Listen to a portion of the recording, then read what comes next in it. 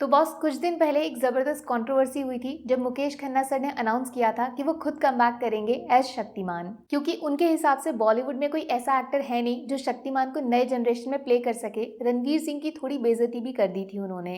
Honestly, जब से Shaktimaan announce हुई है, मैंने मुकेश खन्ना सर के मुंह से कभी किसी एक्टर को लेकर ये बात नहीं सुनी कि हाँ, ये शक्तिमान बन सकता है। बट फाइनली उन्होंने ये चीज बोल दी है, वो भी एक ऐसे एक्टर के लिए जो शायद अकेले अपने दम पर जिम्मेदार हो सकता है पूरे बॉलीवुड को नींद से जगाने के लिए। द ब्रांड अल्लू अर्जुन, जो सिर्फ मूवीज में नहीं रियल लाइफ में भी बड़े बड़े माफियाज को चैलेंज कर रहे हैं, फिल्म इंडस्ट्री में डर्टी पॉलिटिक्स के चिथड़े उड़ा रहे हैं। याद है सलार वर्सेस डंकी कितना पंगा हुआ था, सिर्फ इसीलिए क्योंकि एक साउथ फिल्म मेकर ने बॉलीवुड के सबसे बड़े स्टार की फिल्म के साथ क्लैश करने की हिम्मत दिखाई थी। शोज कैंसिल करने पड़े, फेक कलेक्शंस के इल्जाम लगाए गए, कॉर्पोरेट बुकिंग दिखा के अच्छी खासी फिल्म को बदनाम कर दिया, ऑडियंस को ऐसा बांट दिया कि अच्छा सिनेमा देखने वाले लोग कभी ये जान ही नहीं पाए कि सलार का theatre experience once in a lifetime opportunity जैसा था।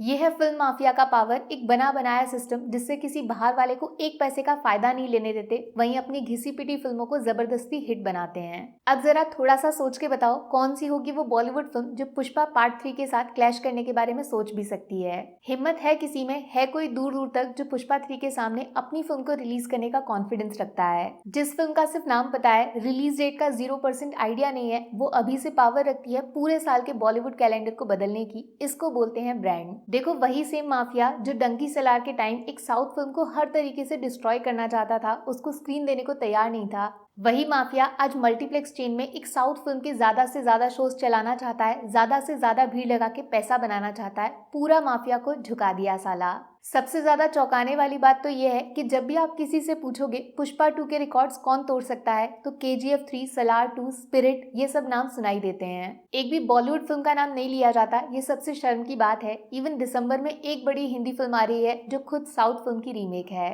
और जो चीज बॉलीवुड मेकर्स के जले पे नमक छिड़कने जैसी है, वो ये कि पुष्पा 2 का सबसे ज्यादा कलेक्शन हिंदी मार्केट से, हिंदी ऑडियंस की पॉकेट से आ रहा है। एक हफ्ते में सबसे ज्यादा कलेक्शन का रिकॉर्ड जो KGF 2 के नाम पे था, यहाँ भी एक साउथ फिल्म ने पूरे 268 करोड़ कमाए थे। फिर बाहुबली 2 के 247 करोड़ सेकंड नंबर पे। पुष्पा 2 ने पता है 7 दिनों में हिंदी वर्जन से कितना पैसा बनाया? KGF 2 के 1.5 गुना से भी ज्यादा, पूरे 433 करोड़ सिर्फ 160 घंटे में इंडिया के अंदर नेट फिगर। और कमाल की बात जानते हो, साउथ बेल्ट में पुष्पा 2 की टीम ने रिलीज से एक दिन पहले स्पेशल शोज किए थे, जबकि नॉर्थ बेल्ट में ये स्पेशल शोज कैंसिल कर दिए गए थे। अब सोचो, अगर 4 दिसंबर को पुष्पा 2 के प्रीमियर शोज नॉर्थ बेल्ट में हो जाते तो ये 433 करोड़ का नंबर 500 करोड़ से भी आगे निकल जाता गुरु। चौंकाने वाली बात, पुष्पा 2 ने तेलुगु बेल्ट में अभी तक 250 करोड़ कमाए हैं। मतलब अल्लू अर्जुन का असली फैन बेस साउथ में नहीं, नॉर्थ बेल्ट में फिल्म को सपोर्ट कर रहा है। वैसे असली झटका आपको ये जान के लगेगा कि पुष्पा 2 दूसरे हफ्ते में एक घंटे में 70-80 हजार टिकट्स बेच रही है। सेम इतना ही टिकट्स जवान और एनिमल जैसी मूवीज बेच रहे थे अपने पहले दिन के लिए। ज्यादा चौंकना मत अगर हिंदी में पुष्पा का कलेक्शन 10th 11th डे पे फिर से 50 करोड़ प्लस चला जाए।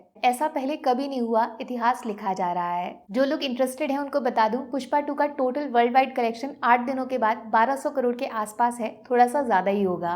और अब जिस स्पीड से टिकट्स बिक रहे हैं, सैटरडे प्लस संडे का वर्ल्ड वाइड नंबर 250 से 300 करोड़ आराम से क्रॉस कर सकता है। मोटा मोटा आप ये मान के चलो, अल्लू अर्जुन का कमबैक पूरे 3 साल के ब्रेक के बाद सिर्फ 10 या फिर 11 दिनों में 1500 करोड़ के पार खड़ा होगा। 400 करोड़ का बजट था, 10 दिनों में 1500 करोड़ का रिटर्न आ गया। और प्री रिलीज माने डिजिटल राइट्स, म्यूजिक वगैरह से फिल्म में 1100 करोड़ ऑलरेडी कमा लिए थे। ऐसे में अगर मुकेश खन्ना सर की बात सच हो जाती है और शक्तिमान जैसा प्रोजेक्ट, जिसमें पहली बार किसी एक्टर को इमेजिन करने की बात बोली है पुराने शक्तिमान ने, ये प्रोजेक्ट अगर अल्लू अर्जुन के हाथों में चला गया तो आप सोच भी नहीं सकते, इंडियन सिनेमा बॉलीवुड टॉलीवुड नहीं, सीधा अल्लू अर्जुन ब्रांड बन जाएगा। वैसे अल्लू अर्जुन का शक्तिमान बनना इतना बड़ा सरप्राइज नहीं होना चाहिए, क्योंकि उस लेवल की फिल्म को असली सक्सेस तब मिलेगा जब वो प्रोजेक्ट पैन इंडिया देखा जाएगा। ऑनेस्टली किसी बॉलीवुड एक्टर का ऐसा इन्फ्लुएंस साउथ मार्केट में नहीं है कि लोग वहां से शक्तिमान को 100, 150, 200 करोड़ का बिजनेस करा दे। बट अगर अल्लू अर्जुन शक्तिमान बनते हैं तो 400, 500 करोड़ सिर्फ तेलुगु और बाकी साउथ बेल्ट से कंफर्म, और अकेला हिंदी में 1000 करोड़ पार कर जाएगा।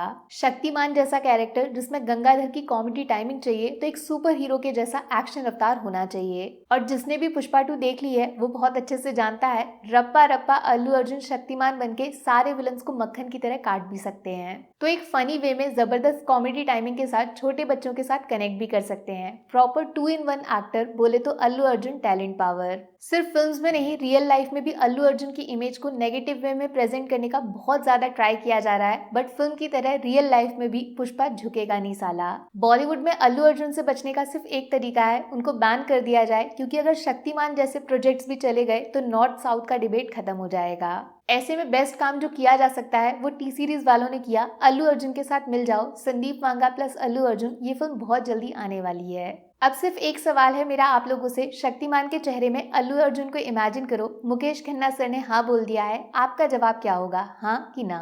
आराम से सोच लो। वैसे मैंने 2 साल पहले ही बता दिया था 2022 में शक्तिमान किसको बनना चाहिए, जरूर से देख लेना। मिलती हूँ दोबारा, टेक केयर, बाय बाय।